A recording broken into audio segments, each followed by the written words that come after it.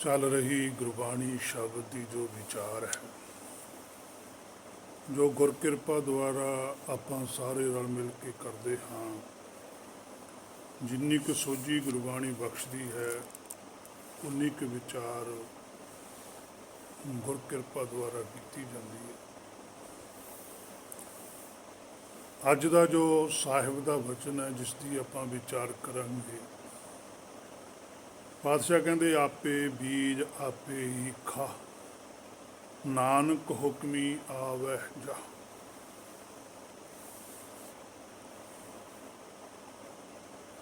पिछे विचार आई सी पुन्नी पापी, आखण ना है कर कर करना लिख लै जा।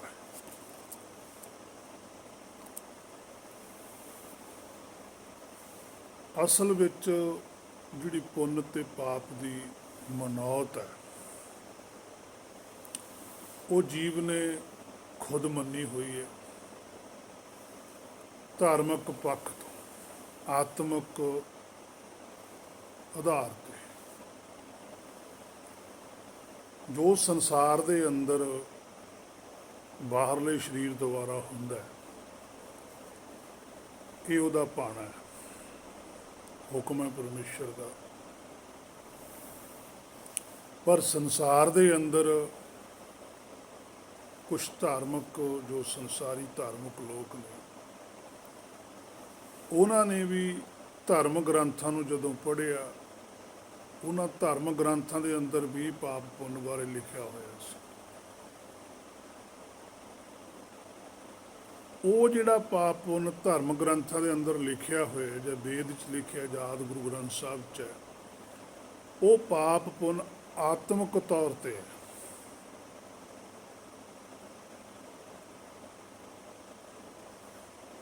शरीर तौर पर जिवें राजे ने किसी ने कोई सज़ा दी, गलत किया उन्होंने सज़ा दी, उन्होंने उन्होंने वो बना लिया भी कोई संसार चंगा काम करता है, कोई बुरा काम करता है। चंगे काम वाले नूं शाबाश दी जाती है, बुरा काम करने वाले नूं सज़ा मिलती। इस आधार के उपर धार्मिक आगुआं ने पाप पुण्य बनाया। एक पाप पुण्य की परिभाषा निराकारी धार्मिक लोग भी देंदे है, एक पाप पुण्य की परिभाषा व्याख्या संसारी धार्मिक लोगों ने भी की। संसार में जो भी कुछ किया जाता है, शरीर करदा दिसदा है। निराकारी गुरमुखां ने जोत करदी देखी।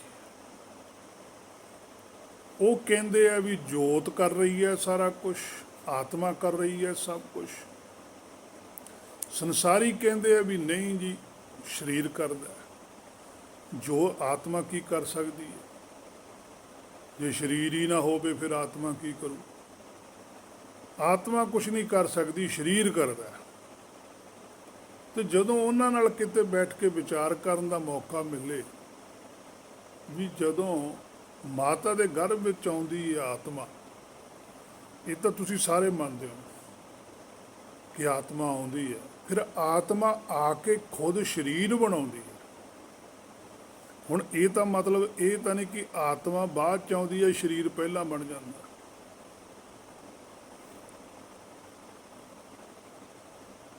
जां तां संसारी धार्मिकों की फिलोसफी मुताबक भी शरीर माता के गर्भ च बन गया, आत्मा बाद च प्रवेश की।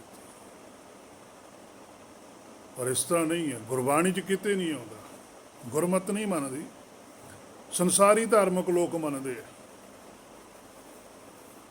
गुरमत मनती है आत्मा आके खुद शरीर बनाउंदी है, फिर आत्मा ही सब कुछ कर सकती है, शरीर तो कुछ भी नहीं कर सकता।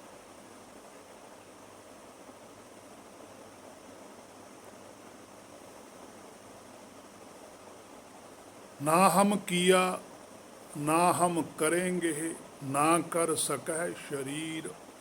श्री कबीर पातशाह कहते हैं। वो कहते आत्मा भी कुछ नहीं करती, आत्मा के पिछे भी कुछ है। आत्मा के पिछे प्रात्मा है।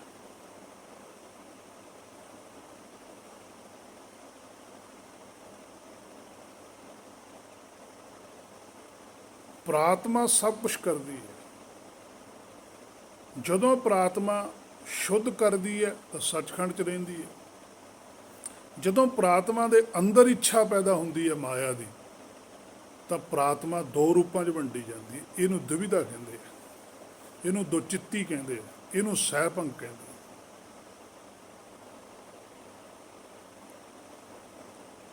ਉਹ ਜੋ ਦ੍ਰਿਸ਼ਟਮਾਨ ਹੈ ਉਹਦੇ ਨਾਲ ਜੁੜ ਜਾਂਦੀ ਹੈ, ਪ੍ਰਾਤਮਾ ਜਿਹੜੀ ਅਦ੍ਰਿਸ਼ਟ ਹੈ ਉਹਦੇ ਨਾਲ ਜੁੜੀ ਰਹਿੰਦੀ ਹੈ। ਇਹ ਵਰਤਾਂਤ ਇੱਥੇ ਚੱਲਦਾ ਹੈ। ਇਸੇ ਕਰਕੇ ਪਾਤਸ਼ਾਹੀਆਂ ਨੇ ਜਾਂ ਭਗਤ ਸਾਹਿਬਾਨਾਂ ਨੇ ਸਨਾਤਨ ਮੱਤ ਦੇ ਜਿਹੜੇ ਸਿਮਰਤ ਸ਼ਾਸਤਰ ਨੇ ਉਹਨਾਂ 'ਚ ਪਾਪ ਪੁੰਨ ਜੋ ਲਿਖਿਆ ਹੋਇਆ ਉਹਨੂੰ ਨਹੀਂ ਮੰਨਿਆ। ਜਿਹੜਾ ਵੇਦ 'ਚ ਪਾਪ ਪੁੰਨ ਲਿਖਿਆ ਹੋਇਆ ਉਹਨੂੰ ਮੰਨਿਆ। ਇਹ ਨਹੀਂ ਕਿ ਉਹਨਾਂ ਨੇ ਕਿਹਾ ਪਾਪ ਪੁੰਨ ਹੁੰਦਾ ਨਹੀਂ, ਉਹ ਕਹਿੰਦੇ ਹੁੰਦਾ ਹੈ, ਪਰ ਆਹ ਹੈ ਪਾਪ ਪੁੰਨ। ਅਸਲ ਚੀਜ਼ ਉਹਨਾਂ ਨੇ ਦੱਸੀ ਹੈ। ਤਾਂ ਪਾਤਸ਼ਾਹ ਕਹਿੰਦੇ ਅਸਲ ਵਿੱਚ ਪੁੰਨੀ ਜਾਂ ਪਾਪੀ ਹੈ ਨਹੀਂ ਕੋਈ ਇਹ ਜੀਵ, ਪਰ ਇਹਨੇ ਖੁਦ ਮੰਨ ਲਿਆ ਕਿ ਮੈਂ ਕੀਤਾ। ਬਸ ਜਿਹੜੀ ਚੀਜ਼ ਇਹਨੇ ਮੰਨ ਲਈ ਉਹ ਲੇਖਾ ਲਿਖ ਲਿਆ। ਕਰ ਕਰ ਕਰਨਾ ਲਿਖ ਲੈ ਜਾ। ਹੁਣ ਇਹਨੇ ਵੀ ਇੱਕ ਲੇਖਾ ਮੰਨ ਲਿਆ, ਇਹਨੇ ਵੀ ਇੱਕ ਪਾਪ ਪੁੰਨ ਮੰਨ ਲਿਆ, ਇੱਕ ਦਰਗਾਹ 'ਚ ਪਾਪ ਪੁੰਨ ਹੈ। ਜਿਵੇਂ ਪਾਤਸ਼ਾਹ ਕਹਿੰਦੇ ਅੱਗੇ ਕਰਨੀ ਕੀਰਤ ਵਾਚੀਐ ਬੈ ਲੇਖਾ ਕਰ ਸਮਝਾਇਆ। ਹੁਣ ਸਮਝਾਇਆ ਲਿਖਿਆ ਵੀ ਤੁਹਾਨੂੰ ਅਸੀਂ ਕੋਈ ਗੱਲ ਸਮਝਾ ਰਹੇ ਹਾਂ ਭਾਈ, ਅੱਗੇ ਜਿਹੜੀ ਕਰਨੀ ਕੀਰਤ ਤੁਹਾਡੀ ਵਾਚੀ ਜਾਣੀ ਹੈ, ਬਾਚ ਹੋਣੀ ਹੈ। ਇਹਦਾ ਮਤਲਬ ਜਦੋਂ ਬਾਚ ਹੋਣੀ ਹੈ ਕੋਈ ਚੀਜ਼, ਉਹਨਾਂ ਨੇ ਦੇਖਣਾ ਵੀ ਇਹ ਚੀਜ਼ ਗਲਤ ਹੈ ਜਾਂ ਸਹੀ ਹੈ। ਜੇ ਤਾਂ ਉਹਨਾਂ ਦੇ ਮੁਤਾਬਕ ਉਹ ਗੱਲ ਸਹੀ ਹੋਊਗੀ ਫਿਰ ਤਾਂ ਉਹਨੇ ਕਹਿਣਾ ਜੀ ਠੀਕ ਹੈ। ਜੇ ਉਹਨਾਂ ਦੇ ਮੁਤਾਬਕ ਉਹ ਚੀਜ਼ ਗਲਤ ਹੋਈ ਉਹਨੇ ਕਹਿਣਾ ਵੀ ਨਹੀਂ, ਫਿਰ ਉਹ ਸਾਨੂੰ ਬਾਹਰ ਕੱਢਣਗੇ। ਅਸੀਂ ਕਿਸੇ ਹੋਰ ਚੀਜ਼ ਨੂੰ ਪੁੰਨ ਮੰਨਦੇ ਹਾਂ, ਕਿਸੇ ਚੀਜ਼ ਨੂੰ ਪਾਪ ਮੰਨਦੇ ਹਾਂ। ਉਹ ਕਿਸੇ ਹੋਰ ਚੀਜ਼ ਨੂੰ ਪੁੰਨ ਮੰਨਦੇ ਆ, ਪਾਪ ਮੰਨਦੇ, ਜੋ ਸਾਡਾ ਰਲੇ ਹੀ ਨਾ ਉਸ ਵਿੱਚ।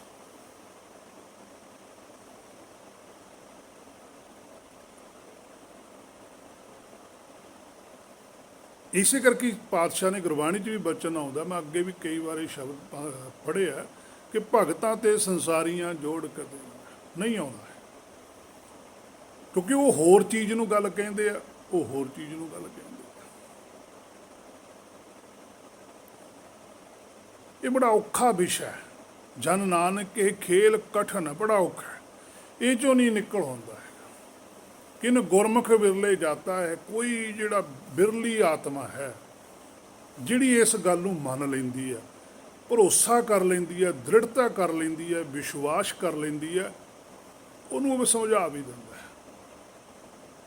ਦੂਜਿਆਂ ਨੂੰ ਨਹੀਂ ਉਹ ਸਮਝਾਉਂਦਾ। ਦੂਜੇ ਨਾ ਸਮਝਣਾ ਚਾਹੁੰਦੇ ਆ, ਨਾ ਪਰਮੇਸ਼ਰ ਸਮਝਾਉਣਾ ਹੀ ਚਾਹੁੰਦਾ ਹੈ। ਸੋ ਇਹੀ ਅਗਿਆਨਤਾ ਦੇ ਕਾਰਨ ਹੇ ਮੇਰੇ ਮਨਾ ਤੂੰ ਆਪਣੇ ਅੰਦਰ ਲੇਖਾ ਲਿਖੀ ਜਾਂਦਾ। ਹੁਣ ਜਿਹੜੀ ਚੀਜ਼ ਤੂੰ ਅੰਦਰ ਲਿਖਦਾ ਉਹ ਤੇਰੇ ਨਾਲ ਜਾਊਗੀ, ਉਹ ਜਾਊਗੀ, ਕਿਉਂਕਿ ਤੂੰ ਮੰਨ ਲਿਆ ਕਿਸੇ ਚੀਜ਼ ਨੂੰ। ਮਾਧਵੇ ਕਿਆ ਕਹੀ ਹੈ ਭਰਮ ਕੈਸਾ, ਵੀ ਕਿਹੋ ਜਿਹਾ ਭਰਮ ਹੈ। ਕਹਿੰਦੇ ਜੈਸਾ ਮਾਨੀ ਹੈ, ਜਿਹੋ ਜਿਹਾ ਤੂੰ ਮੰਨ ਲਿਆ। ਹੋਏ ਨਾ ਤੈਸਾ, ਪਰ ਕਹਿੰਦੇ ਉੱਥੇ ਉਹ ਚੀਜ਼ ਹੈ ਨਹੀਂ, ਤੂੰ ਮੰਨੀ ਬੈਠਾ। ਤੂੰ ਉਸ ਚੀਜ਼ ਨੂੰ ਮੰਨ ਲਿਆ ਵੀ ਇਹ ਚੀਜ਼ ਇਹੀ ਹੈ, ਤੂੰ ਉਸੇ ਚੀਜ਼ ਤੇ ਪਹਿਰਾ ਦੇਣ ਲੱਗ ਗਿਆ ਸੰਸਾਰ 'ਚ। ਜਦੋਂ ਤੂੰ ਸੰਸਾਰ ਛੱਡਣਾ ਤੇ ਫਿਰ ਇਹ ਤਾਂ ਹੈ ਨਹੀਂ ਵੀ ਸਰੀਰ ਛੁੱਟ ਗਿਆ ਤੇ ਖੇਡ ਖਤਮ ਹੈ। ਜਿਵੇਂ ਮਾਤਾ ਦੇ ਗਰਭ 'ਚ ਸਰੀਰ ਜਦੋਂ ਬਾਹਰ ਆ ਜਾਂਦਾ ਉਦੋਂ ਸਾਰੀ ਖੇਡ ਸੰਸਾਰ ਦੀ ਸ਼ੁਰੂ ਹੁੰਦੀ ਹੈ। ਇਸੇ ਤਰ੍ਹਾਂ ਗੁਰਮੁਖ ਹੈ ਜਿਹੜਾ, ਜਾਂ ਆਮ ਲੋਕ ਨੇ, ਜਦੋਂ ਸਰੀਰ ਛੱਡਦੇ ਉਦੋਂ ਵੀ ਖੇਡ ਸ਼ੁਰੂ ਹੁੰਦੀ। ਪਰ ਗੁਰਮੁਖਾਂ ਨੇ ਪਹਿਲਾਂ ਹੀ ਉਹ ਖੇਡ ਸਮਝੀ ਹੁੰਦੀ ਹੈ। ਹੇ ਮੇਰੇ ਮਨਾ ਤੂੰ ਸਮਝੀ ਨਹੀਂ।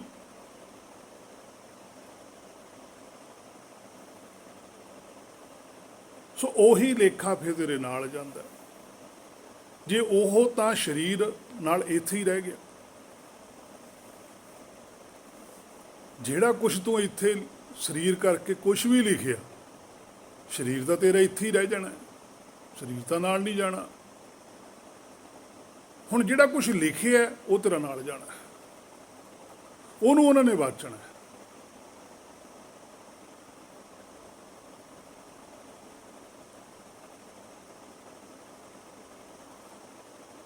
ਚੰਗਿਆਈਆਂ ਬੁਰਿਆਈਆਂ ਬਾਚੈ ਧਰਮ ਹਦੂਰ। ਹੁਣ ਜੇ ਤਾਂ ਜਿਹੜਾ ਧਰਮ ਹੈ ਸੱਚ ਹੈ, ਗੁਰਬਾਣੀ ਹੈ ਸਾਡੇ ਕੋਲ, ਜੇ ਤਾਂ ਅਸੀਂ ਇਹਨੂੰ ਇੱਥੇ ਹੀ ਬਾਚ ਲਈਏ ਕਿ ਜੋ ਗੁਰਬਾਣੀ 'ਚ ਲਿਖਿਆ ਕਿ ਵਾਕਈ ਅਸੀਂ ਉਹ ਕੁਝ ਕਰ ਰਹੇ ਹਾਂ ਕਿ ਨਹੀਂ, ਜੇ ਤਾਂ ਗੁਰਬਾਣੀ ਮੁਤਾਬਕ ਹੀ ਕਰਦੇ ਚੱਲੀਏ ਫਿਰ ਤਾਂ ਅਸੀਂ ਸ੍ਰੇਸ਼ਟ ਹੀ ਸ੍ਰੇਸ਼ਟ ਹੈ। ਅਗਰ ਜੇ ਗੁਰਬਾਣੀ ਤੋਂ ਬਿਨਾਂ ਕੁਝ ਅਸੀਂ ਕਰਦੇ ਚਲੇ ਗਏ, ਚੰਗਾ ਮੰਨੀ ਗਏ, ਕਿਸੇ ਨੂੰ ਮਾੜਾ ਮੰਨੀ ਗਏ, ਉਹਨਾਂ ਨੇ ਜਦੋਂ ਗੁਰਬਾਣੀ ਜਿਨ੍ਹਾਂ ਨੇ ਲਿਖੀ ਹੈ, ਪਾਤਸ਼ਾਹੀਆਂ ਨੇ ਜਾਂ ਭਗਤ ਸਾਹਿਬਾਨਾਂ ਨੇ, ਉਹਨਾਂ ਨੇ ਕਹਿਣਾ ਵੀ ਦਿਖਾਓ ਤੁਹਾਡੀ ਕਿਹੜੀ ਚੰਗਿਆਈ ਹੈ ਕਿਹੜੀ ਬੁਰਿਆਈ ਹੈ। ਉਹਨਾਂ ਨੇ ਸਾਡੀਆਂ ਚੰਗਿਆਈਆਂ ਤੇ ਬੁਰਾਈਆਂ ਨੂੰ ਵਾਚਣਾ। ਉਹਨਾਂ ਨੇ ਕਹਿਣਾ ਵੀ ਆਹ ਜਿਹੜੀ ਚੰਗਿਆਈ ਹੈ ਤੂੰ ਇਹਨੂੰ ਚੰਗਿਆਈ ਮੰਨ ਕੇ ਆਇਆ, ਪਰ ਸਾਡੇ ਕਾਨੂੰਨ ਮੁਤਾਬਕ ਇਹ ਬੁਰਿਆਈ ਹੈ। ਇਹ ਚੀਜ਼ ਨੂੰ ਤੂੰ ਬੁਰਿਆਈ ਮੰਨਦਾ ਆਇਆ ਸੰਸਾਰ 'ਚ, ਸਾਡੇ ਕਾਨੂੰਨ ਮੁਤਾਬਕ ਚੰਗਿਆਈ ਹੈ। ਉੱਥੇ ਜਿਹੜੀ ਆਤਮਾ ਹੈ ਉਹਦਾ ਪਟੰਤਰਾ ਹੁੰਦਾ ਹੈ।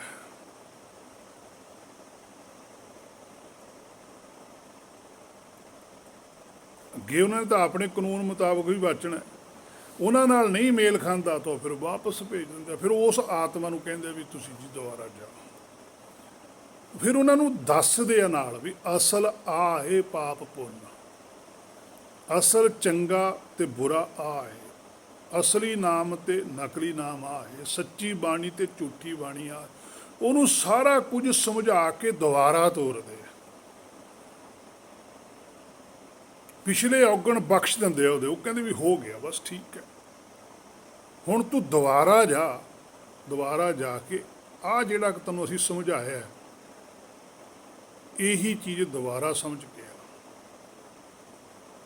ਬੱਚਾ ਕਲਾਸ 'ਚੋਂ ਫੇਲ ਹੋ ਗਿਆ, ਉਹਨੂੰ ਕਹਿੰਦੇ ਵੀ ਤੈਨੂੰ ਦੁਬਾਰਾ ਹੁਣ ਇਸੇ ਕਲਾਸ 'ਚ ਰਹਿਣਾ ਪੈਣਾ, ਪਿਛਲਾ ਤੇਰਾ ਸਾਰਾ ਹਿਸਾਬ ਕਿਤਾਬ ਖਤਮ ਹੈ, ਹੁਣ ਨਵੇਂ ਸਿਰਿਓਂ ਤੂੰ ਪੜ੍ਹਾਈ ਕਰ।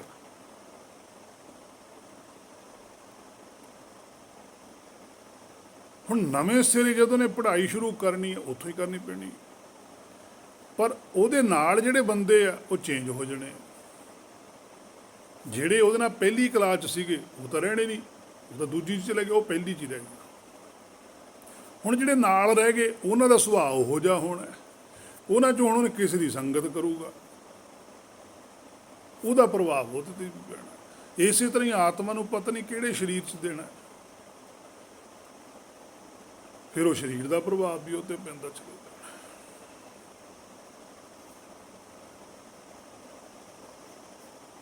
ਸੋ ਵਾਪਸ ਭੇਜ ਦਿੰਦੇ ਆ ਪਾਤਸ਼ਾਹ ਕਹਿੰਦੇ, ਤੇ ਨਾਲ ਫਿਰ ਉਹ ਅਸਲੀ ਪਾਪ ਪੁੰਨ ਵੀ ਸਮਝਾ ਕੇ ਭੇਜਦੇ ਆ। ਤੇ ਉਹ ਅਸਲੀ ਨੂੰ ਸਮਝਦਾ ਹੀ ਇਹ ਜੀਵ 83,83,999 ਜੂਨਾਂ ਵਿੱਚ ਅਸਲੀ ਪਾਪ ਪੁੰਨ ਦੇ ਸਹਾਰੇ ਚਲਿਆ ਆਉਂਦਾ, ਤਾਂ ਹੀ ਅੱਗੇ ਵੱਧਦਾ। ਅਖੀਰ ਵਿੱਚ ਆਉਂਦਾ ਮਨੁੱਖਾ ਜੂਨੀ ਦੇ ਅੰਦਰ। ਬਾਕੀ ਜੂਨਾਂ ਨਾਲੋਂ ਇਹ ਸਭ ਤੋਂ ਸ੍ਰੇਸ਼ਟ ਹੈ, ਸਿਆਣਾ, ਸਾਰਾ ਤਜਰਬਾ ਹੁੰਦਾ ਇਹਨੂੰ ਪਿਛਲਾ ਵੀ, ਪਰ ਇੱਥੇ ਆ ਕੇ ਕੀ ਕਰਦਾ, ਇਹ ਭਰਮ 'ਚ ਫੇਰ ਪੈ ਜਾਂਦਾ।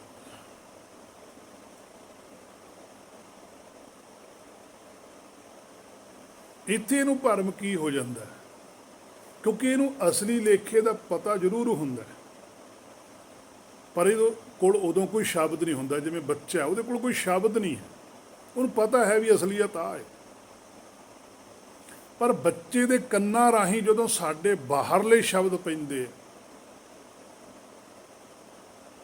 ਜਿਵੇਂ ਬੱਚਾ ਮਾਤਾ ਦੇ ਗਰਭ 'ਚੋਂ ਬਾਹਰ ਆ ਗਿਆ, ਅਸੀਂ ਪਹਿਲਾ ਹੀ ਸ਼ਬਦ ਉਹਦੇ ਕੰਨ ਰਾਹੀਂ ਪਾਉਂਦੇ, ਆ ਤੇਰਾ ਪਾਪਾ, ਆ ਤੇਰੀ ਮੰਮਾ, ਆ ਤੇਰਾ ਭਰਾ, ਆ ਤੇਰੀ ਭੈਣ, ਆ ਤੇਰਾ ਦਾਦਾ, ਆ ਤੇਰੀ ਦਾਦੀ। ਜਦੋਂ ਉਹ ਸ਼ਬਦ ਪਹਿਲਾਂ ਹੀ ਉਹਦੇ ਜਾਂਦਾ ਕੰਨਾਂ ਰਾਹੀਂ, ਹਿਰਦੇ 'ਚ ਜਾ ਕੇ ਟੱਚ ਕਰਦਾ, ਹੁਣ ਹਿਰਦੇ ਦੇ ਵਿੱਚ ਉਹਨੇ ਮਾਂ ਬਾਪ, ਪਿਓ, ਭਾਈ, ਚਾਚਾ, ਤਾਇਆ, ਕਿਸੇ ਹੋਰ ਨੂੰ ਮੰਨਿਆ ਹੋਇਆ, ਉੱਥੇ ਸੁਰਤ ਹੈ ਜਿਹੜੀ ਟੁੱਟ ਰਹੀ ਹੈ।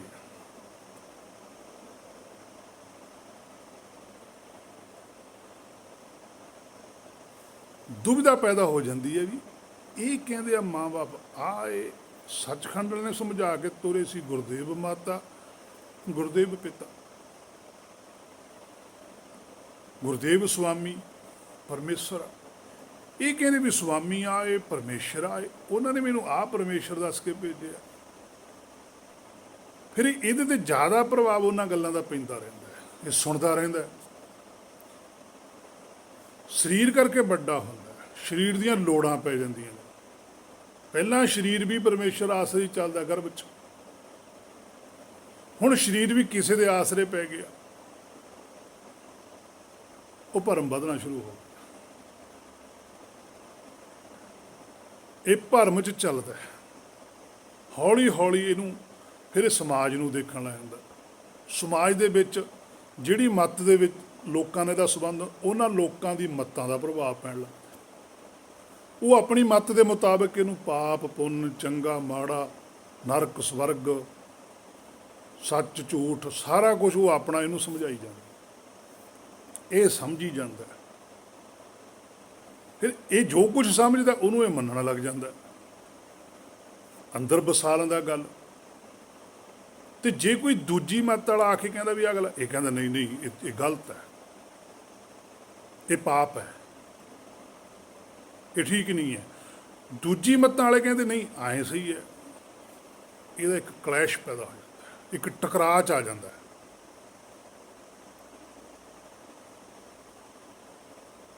ਸਭ ਤੋਂ ਵੱਧ ਇਸ ਸੰਸਾਰ ਦੇ ਅੰਦਰ ਮਨੁੱਖਤਾ ਦਾ ਜਿਹੜਾ ਘਾਣ ਹੋਇਆ, ਜਿੰਨੀ ਵੀ ਮਨੁੱਖਤਾ ਦਾ, ਉਹ ਸਾਰਾ ਜਿਹੜਾ ਅਧਰਮ ਹੈ, ਜਿਹਨੂੰ ਇਹ ਧਰਮ ਕਹਿੰਦੇ ਹੈ ਉਹ ਅਧਰਮ ਉਹਦੇ ਕਾਰਨ ਹੁੰਦਾ। ਇੱਕ ਬੜੀ ਵੱਡੀ 16 ਜਾਂ 17 ਦੇ ਵਿੱਚ ਅਮਰੀਕਾ ਦੇ ਵਿੱਚ ਕਹਿੰਦੇ ਧਾਰਮਿਕ ਆਗੂਆਂ ਦੀ ਮੀਟਿੰਗ ਹੋਈ ਸੀ। ਉੱਥੇ ਉਹਨਾਂ ਨੇ ਪੁੱਛਿਆ ਗਿਆ ਸੀ, ਉੱਥੇ ਸਵਾਲ ਉੱਠਿਆ ਸੀ ਵੀ ਜਿਹੜਾ ਇਹ ਦੇਸ਼ਾਂ ਦੇ ਵਿੱਚ ਅੱਤਵਾਦ ਹੈ ਜਾਂ ਝਗੜੇ ਦਾ ਕਾਰਨ ਹੈ ਵੀ ਇਹ ਕੀ ਹੈ। ਕਿਸੇ ਨੇ ਦੱਸਿਆ ਵੀ ਹਥਿਆਰ, ਕਿਸੇ ਨੇ ਪੈਸਾ, ਕਿਸੇ ਨੇ ਜ਼ਮੀਨ, ਕਿਸੇ ਨੇ ਤੇਲ, ਕੁਛ ਸਾਰੇ ਲੋਕਾਂ ਨੇ ਮੈਟਰ ਦੀ ਗੱਲ ਕੀਤੀ। ਉਹਨਾਂ ਵਿੱਚੋਂ ਕੁਛ ਬੰਦੇ ਸੀ ਜਿਹੜੇ ਸਿਆਣੇ, ਉਹ ਕਹਿੰਦੇ ਵੀ ਨਹੀਂ, ਇਹਨਾਂ ਚੀਜ਼ਾਂ ਦਾ ਕੋਈ ਝਗੜਾ ਨਹੀਂ ਹੈ। ਉਹ ਕਹਿੰਦੇ ਵੀ ਝਗੜਾ ਕਾਹਦਾ? ਉਹ ਕਹਿੰਦੇ ਸਭ ਤੋਂ ਵੱਧ ਜਿਹੜਾ ਵੱਡਾ ਝਗੜਾ ਉਹ ਧਰਮ ਦਾ ਹੈ। ਜਿਹਨੂੰ ਧਰਮ ਮੰਨਦੇ ਆ ਉਹ ਅਸਲ ਵਿੱਚ ਅਧਰਮ ਹੈ। ਤੁਸੀਂ ਇਹਨਾਂ ਲੋਕਾਂ ਤੱਕ ਸਹੀ ਧਰਮ ਦੀ ਜਾਣਕਾਰੀ ਦਿਓ ਤੇ ਲੋਕਾਂ ਤੇ ਕਾਨੂੰਨ ਬਣਾਓ ਵੀ ਇਹ ਜਿਹੜਾ ਸਹੀ ਧਰਮ ਹੈ ਉਹ ਮੰਨੇ। ਔਰ ਉਸ ਸਹੀ ਧਰਮ ਦਾ ਪ੍ਰਚਾਰ ਵੀ ਉਹ ਕਰ ਸਕਦਾ ਜਿਹੜਾ ਬਿਲਕੁਲ ਉਸ ਰਸਤੇ ਤੇ ਚੱਲਦਾ। ਉਨਾ ਚਿਰ ਉਹ ਪ੍ਰਚਾਰ ਨਹੀਂ ਕਰ ਸਕਦਾ ਜਿੰਨਾ ਚਿਰ ਉਹ ਰਸਤੇ ਤੇ ਖੁਦ ਆਪ ਨਹੀਂ ਚੱਲਦਾ। ਉਨਾ ਚਿਰ ਉਹ ਪ੍ਰਚਾਰ ਬਾਰੇ ਸਿੱਖੇ, ਸਮਝੇ, ਵਿਚਾਰੇ। ਜਦੋਂ ਯੋਗ ਬਣ ਗਿਆ ਵਾਕਈ ਵੀ ਇਹ ਧਰਮ ਦਾ ਗੱਲ ਕਰ ਸਕਦਾ, ਇਹਦਾ ਜੀਵਨ ਉਹ ਜਿਹਾ ਹੈ, ਕਹਿਣੀ ਤੇ ਕਥਨੀ 'ਚ ਕੋਈ ਫਰਕ ਨਹੀਂ ਹੈ, ਉਹ ਪ੍ਰਚਾਰ ਕਰੇ। ਇਹ ਗੱਲ ਗੁਰੂ ਗ੍ਰੰਥ ਸਾਹਿਬ ਜੀ ਕਹਿੰਦੇ, ਪ੍ਰਥਮੇ ਮਨ ਪ੍ਰਬੋਧੈ ਆਪਣਾ, ਪਾਛੈ ਅਵਰਿ ਰੀਝਾਵੈ।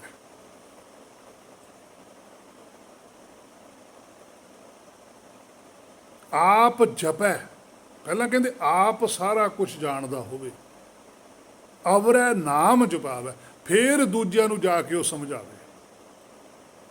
ਜੇ ਉਹਦੇ ਕੋਲ ਆਪ ਦੇ ਕੋਲ ਹੀ ਜਾਣਕਾਰੀ ਅਧੂਰੀ ਹੈ, ਜਿਹਦੇ ਕੋਲ ਅਧੂਰੀ ਜਾਣਕਾਰੀ ਹੁੰਦੀ ਹੈ ਉਹ ਕਦੇ ਵੀ ਕਿਸੇ ਨਾਲ ਵਿਚਾਰ ਕਰਨ ਨੂੰ ਬੈਠਣ ਲਈ ਤਿਆਰ ਨਹੀਂ ਹੈ। ਜਿਹਦੇ ਕੋਲ ਪੂਰੀ ਜਾਣਕਾਰੀ ਹੈ ਉਹ ਹਰ ਇੱਕ ਨੂੰ ਜਾ ਕੇ ਕਹਿੰਦਾ ਵੀ ਤੁਸੀਂ ਮੇਰੇ ਕੋਲ ਬੈਠੋ, ਵਿਚਾਰ ਕਰੋ। ਔਰ ਉਹਨਾਂ ਦੇ ਹਰ ਇੱਕ ਸਵਾਲ ਦਾ ਉਹ ਬੜੇ ਹੀ ਠਰਮੇ ਪ੍ਰੇਮ ਹੌਸਲੇ ਦੇ ਨਾਲ ਜਵਾਬ ਦਿੰਦਾ ਹੈ। ਔਰ ਅਗਲਾ ਮੰਨੇ ਨਾ ਮੰਨੇ ਉਹਦੀ ਮਰਜ਼ੀ, ਮਨਾਉਣਾ ਫਰਜ਼ ਨਹੀਂ ਹੈ। ਸਿੱਧਾ ਨਾ ਗੁਰੂ ਨਾਨਕ ਸਾਹਿਬ ਨੇ ਸਵਾਲ ਜਵਾਬ ਕੀਤੇ, ਵਿਚਾਰ ਗੋਸ਼ਟ ਕੀਤੀ, ਮਨਾਇਆ ਨਹੀਂ ਉਹਨਾਂ ਨੂੰ, ਸੱਚਾਈ ਦੱਸੀ ਹੈ ਕਿ ਆਹ ਇਹ ਤੁਹਾਡੀ ਮਰਜ਼ੀ ਹੈ ਤੇ ਚੱਲਣਾ ਨਾ ਚੱਲਣਾ। ਜਿਹਨੇ ਮੰਨ ਲਈ ਉਹ ਚੱਲ ਪਿਆ, ਜਿਹਨੇ ਨਹੀਂ ਮੰਨੀ ਨਾ ਚੱਲਿਆ। ਸੋ ਸਭ ਤੋਂ ਖਤਰਨਾਕ ਚੀਜ਼ ਹੈ ਜਿਹੜਾ ਅਧੂਰੀ ਜਾਣਕਾਰੀ। ਸੋ ਸਾਡੇ ਹੁਣ ਸਿੱਖ ਮੱਤ ਵਿੱਚ ਵੀ ਪਤਾ ਨਹੀਂ ਕਿੰਨਾ ਕੁ ਪ੍ਰਚਾਰ ਹੋ ਰਿਹਾ, ਹਰੇਕ ਬੰਦਾ ਹੀ ਪ੍ਰਚਾਰ ਕਰ ਰਿਹਾ, ਵਿਚਾਰ ਕੋਈ ਨਹੀਂ ਕਰਦਾ। ਹਜ਼ਾਰਾਂ ਲੋਕ ਬੈਠਦੇ ਆ, ਇੱਕ ਬੰਦਾ ਬੋਲੀ ਜਾ ਰਿਹਾ, ਉਹ ਆਪਦੇ ਹਿਸਾਬ ਵਿੱਚ ਕਰ ਰਿਹਾ, ਉਹਨਾਂ ਹਜ਼ਾਰਾਂ ਚੋਂ ਕੋਈ ਉੱਠ ਕੇ ਨਹੀਂ ਕਹਿ ਰਿਹਾ ਕਿ ਜੀ ਇਹਦਾ ਕੀ ਮਤਲਬ ਹੈ, ਤੁਸੀਂ ਇਹਨੂੰ ਕਿਹੜੇ ਆਧਾਰ ਤੇ ਗੱਲ ਕਰਦੇ ਹੋ, ਉਧਾਰ ਤਾਂ ਸਮਝਾਓ ਉਹਨਾਂ ਨੂੰ। ਕੋਈ ਉਧਾਰ ਨਹੀਂ ਸਮਝਾਇਆ ਜਾ ਰਿਹਾ, ਬਸ ਜੀ ਪਿੱਛੋਂ ਚੱਲਿਆ ਆਉਂਦਾ ਜੀ, ਇਹ ਰੀਤ ਹੈ ਜੀ, ਬਸ ਤਰਕ ਨਹੀਂ ਕਰੀਦੇ, ਸ਼ੰਕਾ ਨਹੀਂ ਕਰੀਦੀਆਂ। ਇਹ ਤਰਕ ਨਹੀਂ ਹੈ, ਇਹ ਸ਼ੰਕਾ ਨਹੀਂ ਹੈ, ਇਹ ਉਸ ਅੰਦਰਲੇ ਜੀਵ ਦੀ ਤੜਪ ਹੈ। ਉਹ ਚਾਹੁੰਦਾ ਵੀ ਮੈਨੂੰ ਯਾਰ ਅਸਲੀਅਤ ਪਤਾ ਲੱਗੇ, ਉਹ ਸੱਚ ਜਾਣਨਾ ਚਾਹੁੰਦਾ ਹੈ, ਉਹਨੂੰ ਸੱਚ ਸਮਝਾਉਣਾ ਉਹ ਧਾਰਮਿਕ ਪੁਰਸ਼ ਦਾ ਫਰਜ਼ ਹੈ। ਗੁਰੂ ਨਾਨਕ ਸਾਹਿਬ ਨੇ ਦੂਜੇ ਪਾਤਸ਼ਾਹ ਨੂੰ ਸੱਚ ਸਮਝਾਇਆ, ਉਹ ਸਮਝ ਗਏ। ਬਾਬਾ ਬੁੱਢਾ ਜੀ ਨੂੰ ਸਮਝਾਇਆ, ਮਰਦਾਨਾ ਜੀ ਨੂੰ ਸਮਝਾਇਆ, ਭਾਈ ਲਾਲੋ ਜੀ ਨੂੰ ਸਮਝਾਇਆ, ਹੋਰ ਪਤਾ ਨਹੀਂ ਕਿੰਨੇ ਕੁ ਨੂੰ ਸੱਚ ਸਮਝਾਇਆ, ਔਰ ਜਦੋਂ ਸਮਝ ਗਏ ਉਹਨਾਂ ਦੀ ਅਵਸਥਾ ਬਦਲ ਗਈ। ਅੱਜ ਸਾਡੇ ਸੱਚ ਕਿਸੇ ਨੂੰ ਨਹੀਂ ਸਮਝਾਇਆ ਜਾ ਰਿਹਾ, ਅਵਸਥਾ ਕਿਸੇ ਦੀ ਵੀ ਨਹੀਂ, ਕਹੀ ਸਾਰੇ ਜਾਂਦੇ ਆ ਵੀ ਸਾਡੀ ਤੇ ਤਾਂ ਆਹ ਅਵਸਥਾ ਹੈ। ਜਦੋਂ ਉਹਨਾਂ ਨਾਲ ਅਵਸਥਾ ਦੀ ਮਾੜੀ ਮੋਟੀ ਕਿਤੇ ਗੱਲ ਕਰਨ ਨੂੰ ਮੌਕਾ ਮਿਲਦਾ ਤਾਂ ਫਿਰ ਮਨ 'ਚ ਸੋਚੀਦਾ ਵੀ ਇਹ ਤਾਂ ਆਮ ਲੋਕਾਂ ਨੂੰ ਵੀ ਥੱਲੇ ਖੜੇ।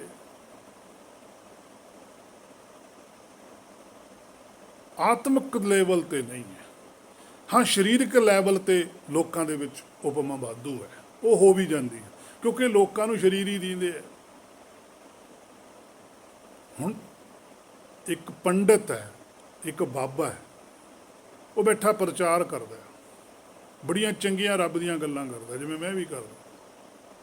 ਸਾਰੇ ਲੋਕ ਕਹਿੰਦੇ ਆ ਵੀ ਧੰਨ ਹੈ, ਬੜੀ ਕਮਾਈ ਹੈ, ਇਹ ਤਾਂ ਪਤਾ ਨਹੀਂ ਕਿੰਨੇ ਜਨਮਾਂ ਦੀ ਕਮਾਈ ਕੀਤੀ ਹੋਈ ਹੈ ਇਹਨਾਂ ਦੀ, ਬੜੀ ਭਗਤੀ ਹੈ। ਉਹਨਾਂ ਵਿੱਚ ਆ ਕੇ ਇੱਕ ਗੁਰਮੁਖ ਉਹਨੂੰ ਕਹਿੰਦਾ ਵੀ ਝੂਠ ਨਾ ਬੋਲ। ਹੁਣ ਉਹ ਪ੍ਰਚਾਰਕ ਹੈ, ਧਰਮ ਦਾ ਗੁਰੂ ਕਹਾ ਰਿਹਾ, ਉਹਨੂੰ ਇੱਕ ਗੁਰਮੁਖ ਆ ਕੇ ਕਹਿ ਰਿਹਾ ਵੀ ਤੂੰ ਝੂਠ ਨਾ ਬੋਲ। ਕੀ ਉਹਨੂੰ ਸੁਣਨ ਵਾਲੇ, ਕੀ ਉਹ ਧਾਰਮਿਕ ਪ੍ਰਚਾਰ ਉਹਨੂੰ ਸਵੀਕਾਰ ਕਰੂਗਾ? ਉਹਦੇ ਜਿੰਨੇ ਵੀ ਸੰਗੀ ਸਾਥੀ ਚੇਲੇ ਹੋਣਗੇ ਉਹ ਸਾਰੇ ਉਹਦੇ ਗੁਲਾਮੇ 'ਚ ਹੱਥ ਪਾਉਣਗੇ ਨਹੀਂ ਵੀ ਤੂੰ ਸਾਡੇ ਬਾਬੇ ਨੂੰ, ਤੂੰ ਸਾਡੇ ਪੰਡਤ ਨੂੰ, ਸਾਡੇ ਬ੍ਰਾਹਮਣ ਨੂੰ, ਜੋਗੀ ਨੂੰ, ਕਾਜੀ ਨੂੰ ਐਂ ਕਿਉਂ ਕਹਿੰਦਾ? ਤੂੰ ਹੁਣ ਜ਼ਿਆਦਾ ਸਿਆਣਾ ਆ ਗਿਆ, ਤੈਨੂੰ ਪਤਾ ਇਹਨਾਂ ਦੀ ਕਿੰਨੀ ਭਗਤੀ ਹੈ। ਉਹ ਐਸੇ ਐਸੇ ਸ਼ਬਦ ਚੱਕ ਕੇ ਮੂਹਰੇ ਕਰ ਦੇਣਗੇ। ਲੜਨ ਵਾਸਤੇ ਲੋਕ ਨੇ, ਬਾਬੇ ਨੇ, ਪੰਡਤ ਨੇ ਆਪਣਾ ਚੁੱਪ ਕਰਕੇ ਅੰਦਰ ਵੜ ਜਾਣਾ।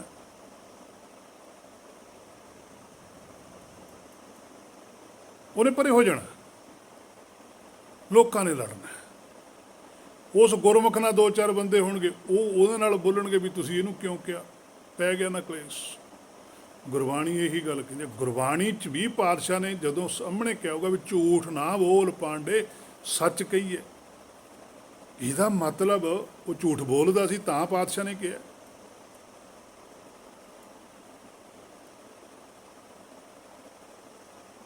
ਐਵੇਂ ਨਹੀਂ ਕਿਹਾ ਕਿ ਤੂੰ ਧਾਰਮਿਕ ਆਗੂ ਹੈ, ਇੰਨੇ ਬੰਦੇ ਤੇਰੇ ਮਗਰ ਬੈਠੇ ਨੇ, ਤੇਰੀ ਗੱਲ ਸੁਣਦੇ ਆ, ਤੇਰੀਆਂ ਗੱਲਾਂ ਤੇ ਭਰੋਸਾ ਕਰਦੇ, ਤੂੰ ਬੋਲਦਾ ਝੂਠ ਹੈ। ਪਰ ਇੱਕਣ ਤਾਂ ਹੈ ਨਹੀਂ ਗਾ। ਪਰ ਉਸ ਵੇਲੇ ਵੀ ਪਾਤਸ਼ਾਹੀਆਂ ਦਾ ਵਿਰੋਧ ਹੋਇਆ, ਭਗਤ ਸਾਹਿਬਾਨਾਂ ਦਾ ਵਿਰੋਧ ਹੋਇਆ, ਅਸੈਪਟ ਨਹੀਂ ਕੀਤਾ। ਅੱਜ ਜਿਹੜੀ ਸਾਡੀ ਦ੍ਰਿਸ਼ਟੀ ਗੁਰੂ ਨਾਨਕ ਸਾਹਿਬ ਤੇ ਹੈ, ਉਸ ਵੇਲੇ ਜਿਹੜੇ ਉਸ ਵੇਲੇ ਲੋਕ ਜਿਉਂਦੇ ਸੀ ਗੁਰੂ ਨਾਨਕ ਸਾਹਿਬ ਵੇਲੇ, ਉਹਨਾਂ ਦੀ ਦ੍ਰਿਸ਼ਟੀ ਗੁਰੂ ਨਾਨਕ ਤੇ ਨਹੀਂ ਸੀ। ਉਹਨਾਂ ਦੀ ਦ੍ਰਿਸ਼ਟੀ ਦਸਵੇਂ ਪਾਤਸ਼ਾਹ ਤੇ ਉਹੋ ਜਿਹੀ ਨਹੀਂ ਸੀ ਜਿਹੜੀ ਅੱਜ ਹੈ। ਅੱਜ ਵੀ ਇਹ ਗੱਲ ਮੈਂ ਦਾਅਵੇ ਨਾਲ ਕਹਿਣ ਨੂੰ ਵੀ ਤਿਆਰ ਹਾਂ ਵੀ ਜੇ ਅੱਜ ਵੀ ਜਦੋਂ ਭਗਤ ਨੇ ਪ੍ਰਗਟ ਹੋਣਾ ਤਾਂ ਉਹਨੇ ਆ ਕੇ ਜਦੋਂ ਸਾਨੂੰ ਵੀ ਇਹ ਗੱਲਾਂ ਕਹਿਣੀਆਂ ਨੇ ਵੀ ਗੁਰਬਾਣੀ 'ਚ ਐਂ ਲਿਖਿਆ ਹੋਇਆ, ਤੁਸੀਂ ਐਂ ਕਦੇ ਕਰਦੇ ਹੋ, ਤਾਂ ਅਸੀਂ ਵੀ ਉਹਦਾ ਸਤਿਕਾਰ ਨਹੀਂ ਕਰਾਂਗੇ, ਅਸੀਂ ਵੀ ਉਹਦੇ ਗੁਲਾਮੇ 'ਚ ਹੀ ਹੱਥ ਪਾਵਾਂਗੇ ਵੀ ਤੂੰ ਹੁਣ ਕੋਈ ਜ਼ਿਆਦਾ ਹੀ ਸਿਆਣਾ ਆ ਗਿਆ, ਤੈਨੂੰ ਜ਼ਿਆਦਾ ਹੀ ਸੋਝੀ ਆ ਗਈ। ਇਹ ਹਾਲਾਤ ਉਹੋ ਜਿਹੇ ਬਣ ਜਾਂਦੇ ਆ। ਇਹਨਾਂ ਹਾਲਾਤਾਂ ਦੇ ਵਿੱਚੋਂ ਤਾਂ ਹੀ ਪਾਤਸ਼ਾਹ ਨੇ ਲਿਖਿਆ ਵੀ ਹੈਨ ਵਿਰਲੇ ਨਹੀਂ ਕਣੇ, ਫੈਲ ਫੱਕੜ ਸੰਸਾਰੀ ਹੈ। ਕੋਈ ਵਿਰਲਾ ਹੀ ਆ ਕੇ ਖੜਦਾ। ਗੁਰੂ ਨਾਨਕ ਸਾਹਿਬ ਤੋਂ ਲੈ ਕੇ ਦਸਵੇਂ ਪਾਤਸ਼ਾਹ ਤੱਕ ਜ਼ੋਰ ਲਾ ਲਿਆ ਦਸਾਂ ਨੇ ਗੁਰਮਤਿ ਦੀ ਗੱਲ ਸਮਝਾਉਣ ਨੂੰ, ਗੁਰਮਤਿ ਦੀ ਵਿਆਖਿਆ ਕਰਨ ਨੂੰ। ਪਰ ਜਦੋਂ 10ਵੇਂ ਪਾਤਸ਼ਾਹ ਨੇ ਆ ਕੇ ਟੈਸਟ ਲਿਆ, ਬਾ ਪਰਮੇਸ਼ਰ ਵੱਲੋਂ ਆਰਡਰ ਆਇਆ ਵੀ ਗੋਬਿੰਦ ਸਿੰਘ ਜੀ ਪਤਾ ਤਾਂ ਕਰ ਲਓ ਵੀ ਵਾਕਈ ਗੁਰਮਤਿ ਦੇ ਪਾਂਦੀ ਹੈ ਵੀ ਕਿ ਰੋਟੀਆਂ ਕਾਰਨ ਪੂਰੇ ਤਾਲ ਤਾਂ ਨਹੀਂ। ਜਦੋਂ ਸਾਹਿਬ ਨੇ ਆ ਕੇ ਫਰਮਾਨ ਜਾਰੀ ਕੀਤਾ ਪਰਮੇਸ਼ਰ ਵਾਲਾ, ਤੇ ਸਾਰੇ ਖਿਸਕ ਗਏ ਸੀ, ਸਾਰੇ ਤੁਰਦੇ ਬਣੇ, ਸਿਰਫ 5 ਨਿਕਲੇ। ਹਰ 10ਵੇਂ ਪਾਤਸ਼ਾਹ ਨੇ 5 ਪ੍ਰਵਾਨ ਕੀਤੇ। ਹਰ ਉਹਨਾਂ 5 ਦੀ ਇੱਕ ਮੱਤ ਸੀ, ਪੰਜ ਪ੍ਰਵਾਨ ਪੰਜ ਪ੍ਰਧਾਨ, ਪੰਜ ਇਹ ਪਾਵੈ ਦਰਗਹਿ ਮਾਨ। ਇੱਕ ਸੁਰਤ ਹੋਣੀ ਚਾਹੀਦੀ ਹੈ, ਇੱਕ ਹੁਕਮ ਆ, ਇੱਕੋ ਹੀ ਹੁਕਮ ਦੇ ਵਿੱਚ ਸਾਰੇ ਪਰੋਏ ਹੋਣੇ ਚਾਹੀਦੇ। ਸ਼ਰੀਰਾਂ ਕਰਕੇ ਭਾਵੇਂ ਜਿੰਨੇ ਮਰਜ਼ੀ ਹੋਣ, ਜੋਤ ਇੱਕ ਹੋਣੀ ਚਾਹੀਦੀ ਹੈ।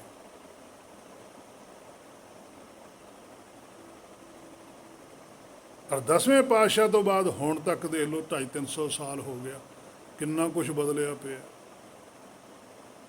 ਕਿੰਨਾ ਕੁ ਪ੍ਰਭਾਵ,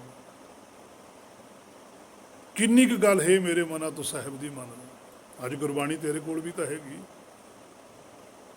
ਉਸ ਵੇਲੇ ਵੀ ਉਹੀ ਗੁਰਬਾਣੀ ਦੀ ਗੱਲ ਕਰਦੇ ਸੀਗੇ, ਉਹੀ ਗੁਰਬਾਣੀ ਅੱਜ ਹੈ। ਇਹ ਹੁਣ ਤੂੰ ਆਪਣੇ ਅੰਦਰ ਝਾਤੀ ਮਾਰ ਕੇ ਦੇਖ, ਆਪਨੜੇ ਗਿਰੀਬਾਨ ਮੈਂ ਸਿਰ ਨੀਵਾਂ ਕਰ ਦੇਖ ਹੈ ਫਰੀਦਾ। ਜੇ ਤੂੰ ਅਕਲ ਲਤੀਫ, ਜੇ ਤੂੰ ਆਪਣੇ ਆਪ ਨੂੰ ਬਹੁਤ ਸਿਆਣਾ ਮੰਨਦਾ ਨਾ, ਕਾਲੇ ਲਿਖ ਨਾ ਲੇਖ। ਫਿਰ ਕਾਲਾ ਲੇਖ ਕਿਉਂ ਲਿਖਦਾ?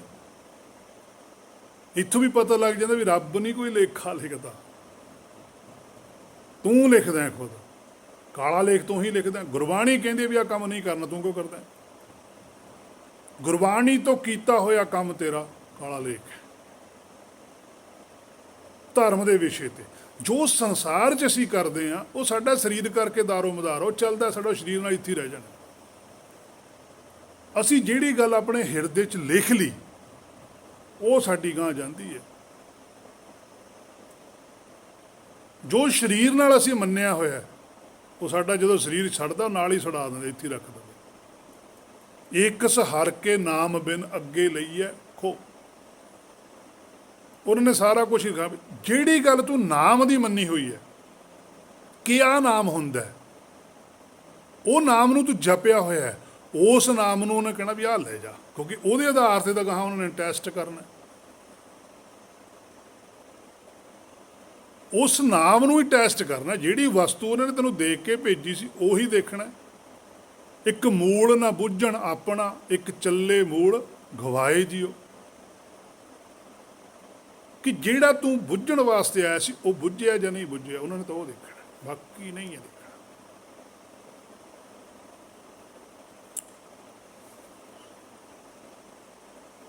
ਜੇ ਤੂੰ ਅਕਲ ਲਤੀਫ ਹੈ, ਕਾਲਾ ਲੇਖ ਕਿਉਂ ਲਿਖਣਾ? ਆਪਨੜੇ ਗਿਰੀਬਾਨ ਮੈਂ, ਪਾਤਸ਼ਾਹ ਕਹਿੰਦੇ ਅੰਦਰ ਜਾਤੀ ਮਾਰ। ਆਪਣੇ ਸਿਰ ਨੂੰ, ਆਪਣੇ ਮਨ ਨੂੰ ਨੀਵਾਂ ਕਰਕੇ ਅੰਦਰ ਝਾਤੀ ਮਾਰ, ਕਿ ਮਨ ਤੇਰਾ ਕਰਦਾ ਕੀ ਹੈ। ਮਨ ਜਾਣਤ ਸਭ ਬਾਤ, ਤੈਨੂੰ ਸਾਰਾ ਪਤਾ ਹੈ। ਤੂੰ ਅੰਤਰਜਾਮੀ ਹੈ। ਇਹ ਤਾਂ ਕਹਿੰਦਾ ਰੱਬ ਅੰਤਰਜਾਮੀ ਹੈ, ਗੁਰੂ ਗ੍ਰੰਥ ਸਾਹਿਬ ਤਾਂ ਕਹਿੰਦਾ ਤੂੰ ਅੰਤਰਜਾਮੀ ਹੈ। ਜਦੋਂ ਪੰਗਤੀ ਲਿਖਤੀ ਵੀ ਮਨ ਜਾਣਤ ਸਭ ਬਾਤ, ਜਾਣਤ ਹੀ ਔਗਣ ਕਰੈ, ਤੇਰੀ ਕੀ ਅੰਤਰਜਾਮੀ ਨਹੀਂ ਹੈ? ਅਸੀਂ ਖਹਿੜਾ ਛਡਾਉਣ ਦੇ ਮਾਰੇ, ਆਪਣੇ ਆਪ ਦੇ ਅੰਦਰ ਝਾਤੀ ਮਾਰਨ ਦੇ ਵਿਚਾਰੇ ਕਿਸੇ ਨੂੰ ਕਹਿੰਦੇ ਜੀ ਤੁਸੀਂ ਅੰਤਰਜਾਮੀ ਹੋ, ਤੁਸੀਂ ਰੱਬ ਹੋ। ਫਿਰ ਤੂੰ ਕੀ ਹੈ? ਫਿਰ ਤੂੰ ਕੀ ਕਰਨ ਵਾਸਤੇ ਆਇਆ ਹੈ? ਜੇ ਇੱਕ ਬੱਚਾ ਸਕੂਲ 'ਚ ਟੀਚਰ ਨੂੰ ਕਹੀ ਜਾ ਵੀ ਤੁਸੀਂ ਤਾਂ ਜੀ ਟੀਚਰ ਹੋ, ਤੁਸੀਂ ਤਾਂ ਪ੍ਰੋਫੈਸਰ ਹੋ, ਉਹ ਕਹਿੰਦਾ ਕਾਕਾ ਫਿਰ ਤੂੰ ਕਾਹਦੇ ਵਾਸਤੇ ਪੜ੍ਹਦਾ? ਕੀ ਤੂੰ ਟੀਚਰ ਨਹੀਂ ਬਣਨਾ? ਕੀ ਤੂੰ ਪ੍ਰੋਫੈਸਰ ਨਹੀਂ ਬਣਨਾ? ਕੀ ਤੂੰ ਇੰਜੀਨੀਅਰ ਨਹੀਂ ਬਣਨਾ? ਕਹਿੰਦਾ ਜੀ ਬਣਨਾ। ਕਹਿੰਦਾ ਵੀ ਤੂੰ ਹੀ ਬਣਨਾ ਨਾ। ਤੇ ਜਦੋਂ ਅਸੀਂ ਪਰਮਾਰਥ ਵਾਲੇ ਪਾਸੇ ਨੂੰ ਆਉਂਦੇ ਹਾਂ, ਜੇ ਕੋਈ ਮਾੜੀ ਮੋਟੀ ਗੱਲ ਰੱਬ ਦੀ ਕਰਨ ਲੱਗ ਜਾਏ, ਇਹ ਤਾਂ ਜੀ ਹੁਣ ਰੱਬ ਬਣਨ ਲੱਗ ਗਿਆ, ਇਹ ਤਾਂ ਜੀ ਹੁਣ ਮਹਾਂਪੁਰਖਾਂ ਦੀ ਰੀਸ ਕਰਨ ਲੱਗ ਗਿਆ। ਉਹ ਫਿਰ ਇਹ ਤਾਂ ਦੱਸ ਦਿਓ ਭਾਈ, ਰੀਸ ਕਰਨੀ ਕਿਹਦੀ ਹੈ? ਚੋਰਾਂ ਦੀ, ਹਰਾਮਖੋਰਾਂ ਦੀ, ਠੱਗਾਂ ਦੀ, ਝੂਠਿਆਂ ਦੀ, ਨਿੰਦਕਾਂ ਦੀ। ਫਿਰ ਉਹਨਾਂ ਦੀ ਰੀਸ ਕਰੀਏ।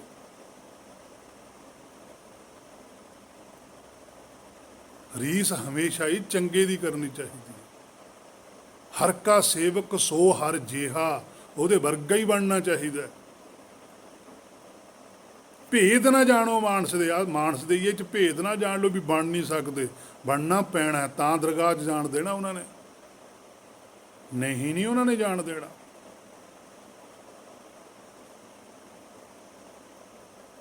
ਸੋ ਹੇ ਮੇਰੇ ਮਨਾ, ਜਦੋਂ ਤੂੰ ਇਸ ਭਾਵ ਸਾਗਰ ਵਿੱਚ ਆ ਗਿਆ ਸਰੀਰ ਧਾਰ ਕੇ, ਤੇ ਸੰਸਾਰੀ ਜੋ ਕਿਰਿਆਵਾਂ ਨੇ ਇਹਨਾਂ ਨਾਲ ਜੁੜ ਗਿਆ, ਫਿਰ ਭਰਮ ਵੱਧ ਗਿਆ। ਭਰਮ ਇੰਨਾ ਵੱਧ ਜਾਂਦਾ, ਇਹ ਕਹਿੰਦਾ ਵੀ ਕਰੋੜਾਂ ਅਰਬਾਂ ਲੋਕ ਇਹਨਾਂ ਗੱਲ ਨੂੰ ਮੰਨਦੇ ਆ ਯਾਰ, ਵੀ ਇਹ ਤੇ ਝੂਠੇ ਹੀ ਨੇ, ਇਹ ਸੱਚੇ ਨੇ ਤਾਂ ਹੀ ਮੰਨਦੇ ਆ। ਹੁਣ ਆਪ ਨੂੰ ਅੰਦਰੋਂ ਪਤਾ ਵੀ ਗੱਲ ਕੁਛ ਹੋਰ ਹੈ, ਪਰ ਸੰਸਾਰ ਵੀ ਹੁਣ ਮੰਨਦਾ ਵੀ ਜੇ ਮੈਂ ਸੰਸਾਰ 'ਚ ਲੋਕ ਮੇਰਾ ਵਿਰੋਧ ਕਰਨਗੇ। ਗੁਰੂ ਨਾਨਕ ਸਾਹਿਬ ਨੇ ਵੀ ਤਾਂ ਵੀ ਕਿਹਾ ਹੀ ਆ, ਅਸੰਖ ਮੂਰਖ ਅੰਧ ਘੋਰ, ਅਸੰਖ ਚੋਰ ਹਰਾਮ ਖੋਰ, ਅਸੰਖ ਵਰਡ ਵਰਤਦੇ, ਅਸੰਖ ਸ਼ਬਦ ਵਰਤਦੇ, ਅਸੰਖ ਦਾ ਗਿਣਤੀ ਤੋਂ ਰਹਿਤ ਹੁੰਦਾ। ਫਿਰ ਇਹਦਾ ਮਤਲਬ ਆਪ ਹੀ ਸਿਆਣੇ ਸੀ ਗੁਰੂ ਨਾਨਕ ਸਾਹਿਬ, ਬਾਕੀ ਨੂੰ ਤਾਂ ਅਸੰਖ ਮੂਰਖ ਕਹਿ ਰਹੇ। ਮੂਰਖ ਤਾਂ ਹੀ ਕੋਈ ਕਹੂ ਜੀ ਆਪ ਸਿਆਣਾ ਹੋਊਗਾ।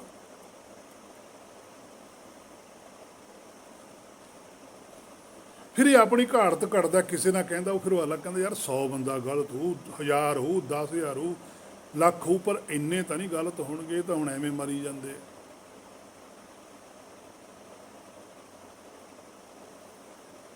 ਸੋ ਜਿਵੇਂ ਫਿਰ ਸੰਸਾਰ ਮੰਨਦਾ, ਫਿਰ ਇਹ ਵੀ ਮੰਨਣ ਲੱਗ ਜਾਂਦਾ, ਤੇ ਸੰਸਾਰ ਦੇ ਉੱਪਰ ਭਰੋਸਾ ਕਰਦਾ, ਤੇ ਜੀਵ ਗੁਜ਼ਾਰ ਕੇ ਇੱਥੋਂ ਤੁਰ ਜਾਂਦਾ, 84 ਦੇ ਗੇੜੇ ਵਿੱਚ ਚਲਿਆ ਜਾਂਦਾ। ਜਿਵੇਂ ਪਾਤਸ਼ਾਹ ਕਹਿੰਦੇ ਆ ਗੁਰਬਾਣੀ ਦੇ ਅੰਦਰ, ਕਹਿੰਦੇ ਪ੍ਰਥਮੇ ਤਿਆਗੈ ਹਉਮੈ ਪ੍ਰੀਤ, ਪਹਿਲੀ ਗੱਲ ਆ ਹੈ।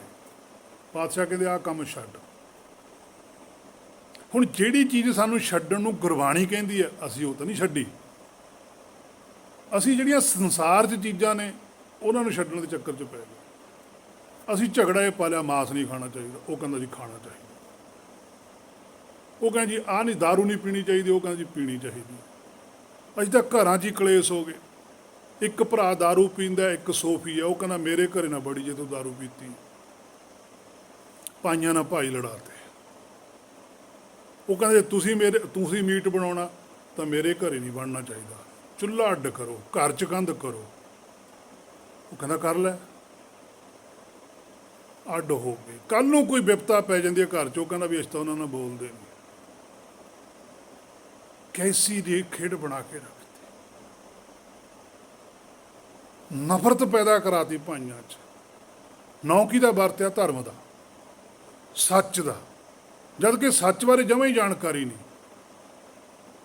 ਜੇ ਤੁਸੀਂ ਚਾਹੁੰਦੇ ਹੋ ਵੀ ਉਹ ਮਾਸ ਖਾਂਦਾ, ਉਹਨੂੰ ਮਾਸ ਖਾਣ ਤੋਂ ਹਟਾਉਣਾ ਹੈ, ਉਹਨੂੰ ਬਿਠਾ ਕੇ ਦਲੀਲ ਦਿਓ, ਉਹਦੇ ਨਾਲ ਵਿਚਾਰ ਕਰੋ, ਵਿਚਾਰ ਕਰਕੇ ਉਹਨੂੰ ਸਹਿਮਤ ਕਰਕੇ ਉਹਦੇ ਨਾਲ ਗੱਲ ਕਰੋ, ਨਾ ਕਿ ਉਹ ਤੋਂ ਅੱਡ ਹੋ ਕੇ ਗੱਲ ਕਰੋ। ਕਿਸੇ ਦਾ ਜੀਵਨ ਬਣਾਉਣ ਦੀ ਗੱਲ ਕਰੋ, ਵਿਗਾੜੋ ਨਾ। ਉਹਨਾਂ ਨੇ ਤਾਂ ਗੁਰਬਾਣੀ ਪੜ੍ਹੀ ਨਹੀਂ। ਜਦੋਂ ਗੁਰਬਾਣੀ ਦਾ ਜਿਹੜਾ ਕਾਨੂੰਨ ਆ ਦਰਗਾਹ 'ਚ ਲਾਗੂ ਹੋਣਾ, ਉੱਥੇ ਉਹਨਾਂ ਨੇ ਕਹਿਣਾ ਵੀ ਠੀਕ ਹੈ ਸੰਸਾਰ 'ਚ ਮਾਸ ਖਾਣਾ ਮਾੜਾ ਸੀ, ਪਰ ਤੂੰ ਜਿਹੜਾ ਦਰਗਾਹ 'ਚ ਮਾਸ ਅਪ੍ਰਵਾਨਿਤ ਹੈ ਉਹ ਤੂੰ ਖਾ ਕੇ ਨਹੀਂ ਆਇਆ। ਇਹਨੇ ਕਹਿਣਾ ਜੀ ਮੈਂ ਤਾਂ ਮਾਸ ਖਾਧਾ ਹੀ ਨਹੀਂ। ਉਹ ਕਹਿੰਦੇ ਤੈਨੂੰ ਗੁਰੂ ਗ੍ਰੰਥ ਸਾਹਿਬ ਨੇ ਦੱਸਿਆ ਨਹੀਂ? ਕਹਿੰਦਾ ਜੀ ਮੈਨੂੰ ਤਾਂ ਦੱਸਿਆ ਨਹੀਂ। ਕਹਿੰਦੇ ਤੂੰ ਆਸਾ ਦੀ ਵਾਰ ਸੁਣੀ ਜਾਂ ਪੜ੍ਹੀ ਨਹੀਂ? ਕਹਿੰਦਾ ਜੀ ਉਹ ਤਾਂ ਮੈਂ ਰੋਜ਼ ਸੁਣਦਾ ਸੀ, ਪੜ੍ਹਦਾ ਵੀ ਸੀ। ਕਹਿੰਦੇ ਫਿਰ ਉਹਦੇ ਵਿੱਚ ਲਿਖਿਆ ਨਹੀਂ ਹੋਇਆ ਝੂਠ ਬੋਲ ਮੁਰਦਾਰ ਖਾਏ। ਕਹਿੰਦੇ ਆ ਕੀ ਹੈ? ਝੂਠ ਬੋਲਣਾ ਦਰਗਾਹ ਦੇ ਅੰਦਰ, ਮੁਰਦਾਰ ਖਾਣਾ, ਮਾਸ ਖਾਣਾ। ਹੇ ਮੇਰੇ ਮਨ, ਇਹ ਮਾਸ ਤਾਂ ਤੂੰ ਰੋਜ਼ ਖਾਂਦਾ, ਦੂਜੇ ਮਾਸ ਪਿੱਛੇ ਸਰੀਰਾਂ ਨਾਲ ਝਗੜੇ ਖੜੇ ਕਰ ਲਏ, ਦੂਜੀ ਸ਼ਰਾਬ ਪਿੱਛੇ ਝਗੜਾ ਖੜਾ ਕਰ ਲਿਆ। ਜਿਹੜੀ ਅਸਲੀ ਸ਼ਰਾਬ ਹੈ ਦਰਗਾਹ 'ਚ ਅਪ੍ਰਵਾਨਿਤ ਹੈ, ਉਹ ਤੂੰ ਪੀ ਰਿਹਾ।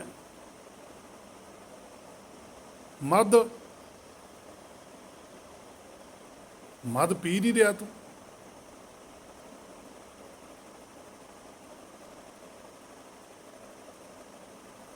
ਮਾਨਸ ਭਰਿਆ ਆਣਿਆ, ਮਾਨਸ ਭਰਿਆ ਆਏ, ਜਿਤ ਪੀਤੇ ਮਤ ਦੂਰ ਹੋਏ, ਬਰਲ ਪਵੈ।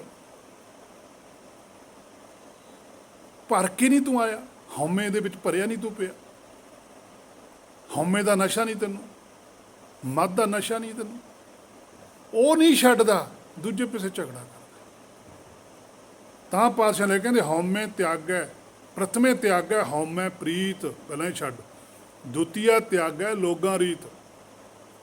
ਆਹ ਬੜੀ ਵੱਡੀ ਗੱਲ ਹੈ ਵੈਸੇ। ਜੋ ਸੰਸਾਰ 'ਚ ਲੋਕਾਂ ਦੀ ਰੀਤ ਬਣਾਈ ਆ ਉਹ ਗੁਰਬਾਣੀ ਕਹਿੰਦੀ ਛੱਡਣੀ ਪੈਣੀ, ਕਿਉਂਕਿ ਉਹ ਸਰੀਰ ਦੇ ਆਧਾਰ ਤੇ ਹੈ। ਜੋਤ ਦੇ ਆਧਾਰ ਤੇ ਗੱਲ ਕਰ। ਤ੍ਰੈ ਗੁਣ ਮੇਟੈ, ਤ੍ਰੈ ਗੁਣ ਤਿਆਗ, ਦੁਰਜਨ ਮੀਤ ਸਮਾਨੇ, ਤੁਰੀਆ ਗੁਣ ਮਿਲ ਸਾਧ ਪਛਾਨੇ। ਤ੍ਰੈ ਗੁਣ ਤਿਆਗ, ਕਹਿੰਦੇ ਜਿਹੜੇ ਤਿੰਨ ਗੁਣ ਨੇ ਨਾ ਮਾਇਆ ਦੇ, ਜਿਹੜੇ ਫੜੀ ਬੈਠਾ ਇਹਨਾਂ ਨੂੰ ਛੱਡ। ਇਹ ਹੈ ਦੁਰਜਨ, ਇਹਨਾਂ ਨੂੰ ਛੱਡ। ਮੀਤ ਸਮਾਨੇ, ਮੀਤਾਂ ਨੂੰ, ਜਿਹੜੇ ਚੰਗੇ ਨੇ ਤੇਰੇ ਮਿੱਤਰ ਪਿਆਰੇ ਨੇ, ਉਹਨਾਂ ਨੂੰ ਪਛਾਣ ਕੌਣ ਨੇ। ਤੁਰੀਆ ਗੁਣ ਮਿਲ ਸਾਧ ਪਛਾਣ, ਇਹ ਹੈ ਸਾਧ ਦੀ ਪਛਾਣ, ਅੰਤਰਾਤਮਾ ਨਾਲ ਜੁੜੇ ਦੀ ਪਛਾਣ।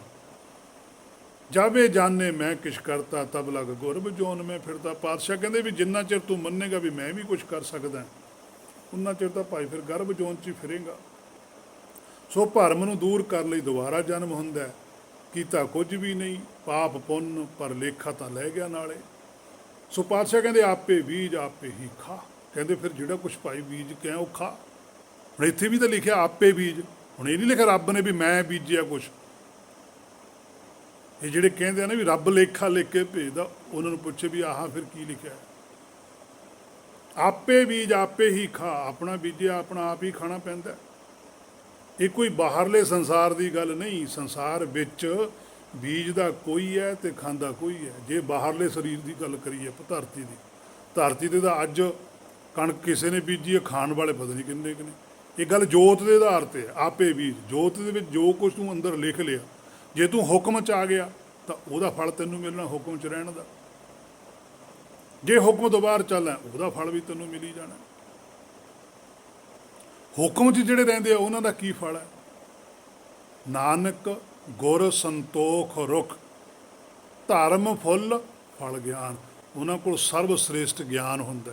ਇਹ ਸਾਡੇ ਵਾਲੇ ਤਾਂ ਗਿਆਨ ਤੋਂ ਨਫ਼ਰਤ ਕਰਦੇ ਆ, ਪਰ ਸੱਚਖੰਡ ਕਹਿੰਦਾ ਵੀ ਗਿਆਨ ਤੋਂ ਬਿਨਾਂ ਗੱਲ ਨਹੀਂ ਬਣਨੀ। ਸੋ ਗੱਲ ਹੋਰ ਕੋਈ ਕਹੀ ਹੋਈ ਹੈ, ਪਿੱਛੇ ਪੜ੍ਹਿਆ ਸੀ ਨਾ ਕਿ ਜਿਨੀ ਗੁਰਬਾਣੀ ਹੈ ਸਭ ਹੁਕਮ ਹੀ ਹੈ, ਬ੍ਰਹਮ ਗਿਆਨ ਹੈ। ਹਿਰਦੇ ਵਿੱਚ ਬੀਜਣ ਦੀ ਗੱਲ ਹੈ। ਪਾਪ ਪੁੰਨ ਮੰਨਦੇ ਰਹੇ, ਸਮਝੋ ਹਿਰਦੇ ਰੂਪੀ ਧਰਤੀ ਤੇ ਬੀਜਿਆ ਗਿਆ। ਤੇ ਬੀਜਿਆ ਗਿਆ ਤਾਂ ਫਿਰ ਜਨਮ ਮਰਨ ਵੀ ਹੁੰਦਾ ਹੀ ਰਹਿਣਾ। ਜਿਨ੍ਹਾਂ ਨੇ ਨਾਮ ਬੀਜਿਆ, ਹੁਕਮ 'ਚ ਰਹਿਣ ਦਾ ਬੀਜ ਬੀਜ ਲਿਆ, ਉਹਨਾਂ ਦਾ ਸੰਸਾਰੀ ਜਨਮ ਮਰਨ ਖਤਮ। ਸਦਾ ਲਈ ਉਹ ਉੱਥੇ ਹੀ ਨੇ ਜਿੱਥੇ ਜਨਮ ਮਰਨ ਹੈ ਨਹੀਂ ਗਾ। ਨਾਨਕ ਬੱਧਾ ਘਰ ਤਹਾਂ, ਜਿੱਥੇ ਮਿਰਤ ਨਾ ਜਨਮ ਜਰਾ। ਨਾਨਕ ਹੁਕਮੀ ਆਵਹਿ ਜਾ। ਜੰਮਣਾ ਮਰਨਾ ਹੈ ਤਾਂ ਹੈ, ਤੇ ਪਾਪ ਪੁੰਨ ਕਿਵੇਂ ਗਿਆ। ਹੁਕਮ ਵਿੱਚ ਤਾਂ ਅਸੀਂ ਖੁਦ ਆ ਜਾ ਰਹੇ ਹਾਂ। ਜਦੋਂ ਹੁਕਮ ਦੇ ਵਿੱਚ ਹੀ ਆਉਣਾ ਤੇ ਹੁਕਮ 'ਚ ਹੀ ਜਾਣਾ, ਫਿਰ ਸਾਡੇ ਵਾਲਾ ਪਾਪ ਪੁੰਨ ਨਹੀਂ ਹੈ। ਹੁਕਮ 'ਚ ਆਇਆ, ਹੁਕਮ 'ਚ ਹੀ ਰਹਿਣਾ। ਜਿਵੇਂ ਆਇਆ ਹੁਕਮ 'ਚ, ਉਵੇਂ ਹੀ ਹੁਕਮ 'ਚ ਵਾਪਸ ਚਲੇ ਜਾਣਾ। ਜੇ ਹੁਕਮ 'ਚ ਆ ਗਏ, ਇੱਥੇ ਆ ਕੇ ਆਪ ਕੁਛ ਐਫਰਟ ਕਰਨੀ ਸ਼ੁਰੂ ਕਰ ਲਈ, ਫਿਰ ਹੁਕਮ ਤੋਂ ਬਾਹਰ ਆ। ਸੋ ਜੰਮਣਾ ਮਰਨਾ ਹੈ ਤਾਂ ਪਾਪ ਪੁੰਨ ਕਿਵੇਂ ਗਿਆ। ਹੁਕਮ ਵਿੱਚ ਤਾਂ ਅਸੀਂ ਖੁਦ ਆ ਜਾ ਰਹੇ ਹਾਂ। ਹਾਂ, ਬਸ ਲਾਹਾ ਲੈ ਸਕਦੇ ਹਾਂ,